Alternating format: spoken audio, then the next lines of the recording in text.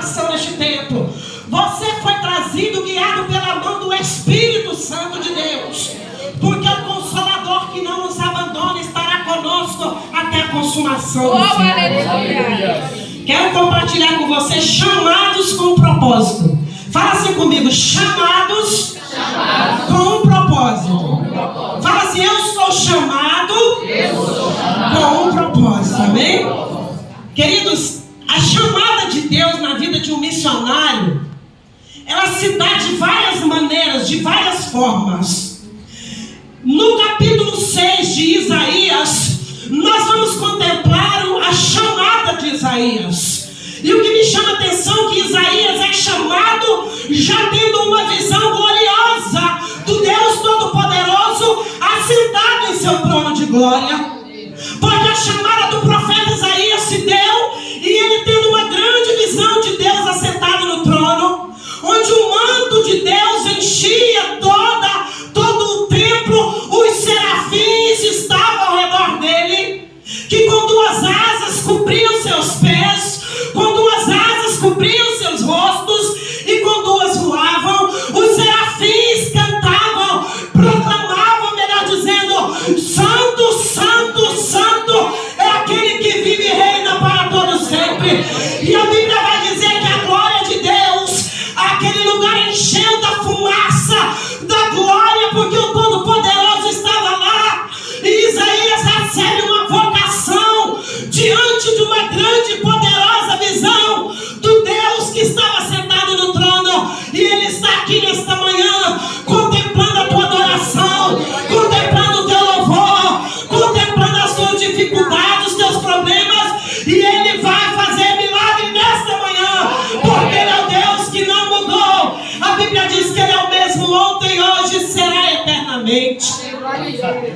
Isaías contempla a glória de Deus. E quando o profeta, quando Isaías ali é chamado, é convocado para ser profeta e ver aquela gloriosa glória de Deus, ele vai abrir a sua boca e vai dizer: ai de mim, que sou um homem de lábios impuros e habito no meio de um povo de lábios impuros, e os meus olhos viram o Todo-Poderoso. Eu imagino o profeta Isaías pensando que ele iria morrer, porque ele era pecador e viu a glória de Deus. Mas eu quero dizer para você que Deus é misericordioso, que Deus tem purificação nessa manhã, tem brasa viva, como foi louvado aqui, para purificar os teus lábios, para purificar a tua vida e para te capacitar, porque Deus não chama os capacitados, ele não chama os que estão preparados, mas ele escolhe para capacitar. A Bíblia vai dizer em 1 Coríntios, no versículo 1, no verso 26 e 29, o apóstolo Paulo vai dizer que não foram os grandes e sábios segundo a carne que Deus escolheu, mas que Deus escolheu as coisas que não são, as coisas que não são para confundir as que são, as coisas fracas para confundir as fortes, as coisas loucas para confundir as sábias, para que ninguém venha se vangloriar de si mesmo, porque é Deus que nos capacita, é Ele que nos chamou, e através do seu sangue nos limpou, nos purificou e nos chamou para fazer a diferença, para ser pescadores de homens. Isaías vai dizer esse lamento, e a Bíblia vai relatar, vai continuar narrando a escritura no capítulo 6 de Isaías, que um anjo vai descer, um serafim com uma pá na mão, uma tenaz, com uma brasa viva tirada do altar de Deus, e vai tocar nos lábios do profeta e vai purificar os seus pecados. Nós somos chamados, e quando nós somos chamados, primeiro Deus nos lava, Ele troca nossas vestes espirituais, Ele nos lava, Ele coloca colírio nos nossos olhos, Ele nos dá veste de santidade e Ele nos prepara para fazer a sua obra. Porque sem santificação ninguém verá o Senhor. Isaías vai ter o seu pecado purificado. E o anjo vai dizer para ele assim: os teus pecados foram perdoados. E aí ele vai ouvir a voz que diz: quem há de ir por nós e a quem nós enviaremos? É o chamado do Pai, do Filho e do Espírito Santo. O chamado de Deus na sua vida se dá em 3 pessoas. Aqui está no plural: quem há de ir por nós e quem enviaremos. Isaías, agora já purificado, com seu pecado perdoado, com brasa viva sobre o seu altar, ele vai abrir a boca e vai dizer: eis-me aqui, envia-me a mim.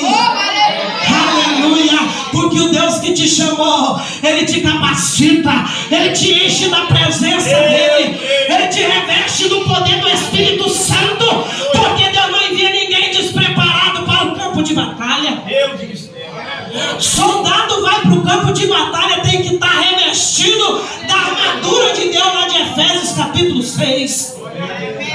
Tem que estar revestido da armadura para lutar e vencer. Davi, quando entrou no campo de batalha para lutar contra o gigante Golias, ele não entrou com a espada do rei Saul, ele não entrou com a vestimenta, a armadura do rei Saul, apesar que foi lhe proposto a ele entrar com a armadura e com a espada do rei.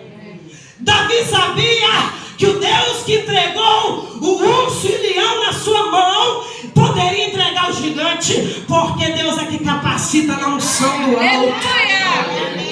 Nessa manhã Deus vai capacitar muitos aqui. Aleluia. Muitos que foram chamados, mas está com a chamada, com talento escondido.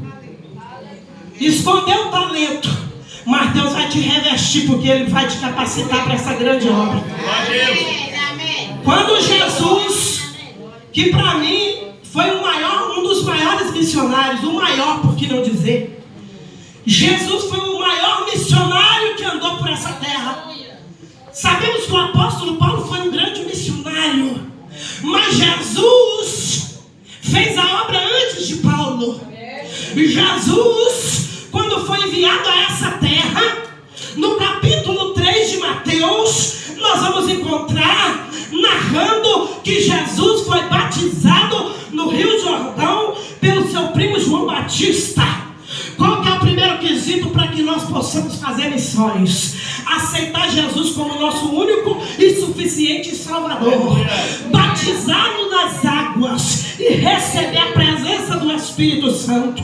Porque quando nós entramos no campo das missões, nós sabemos que a nossa luta não vai ser contra carne nem sangue, não vai ser contra o nosso parente, o nosso vizinho, o nosso irmão.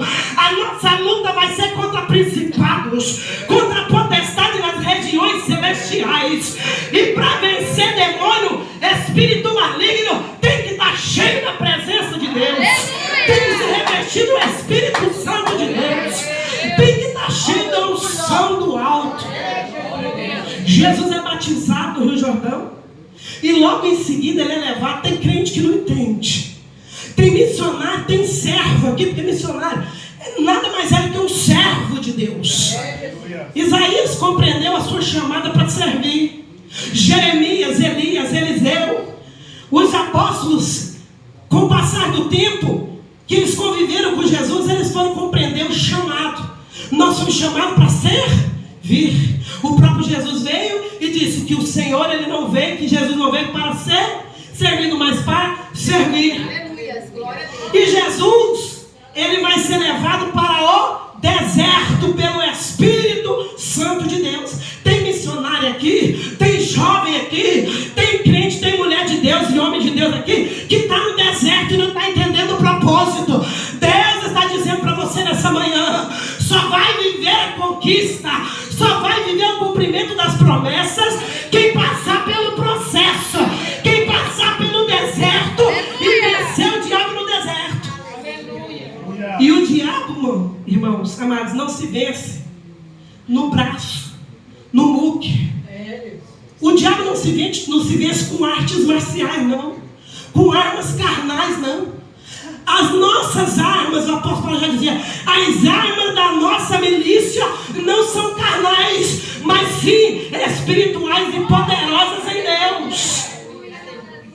As armas que você deve usar para vencer o diabo, para vencer essa enfermidade, para vencer essa depressão, são espirituais. As armas não são carnais, não é murmurando, é adorando no meio da prova, da luta, da dificuldade. Neste deserto adore, busque revestimento do céu, porque Deus vai entregar a sua vitória enquanto você se prepara no deserto. Aleluia.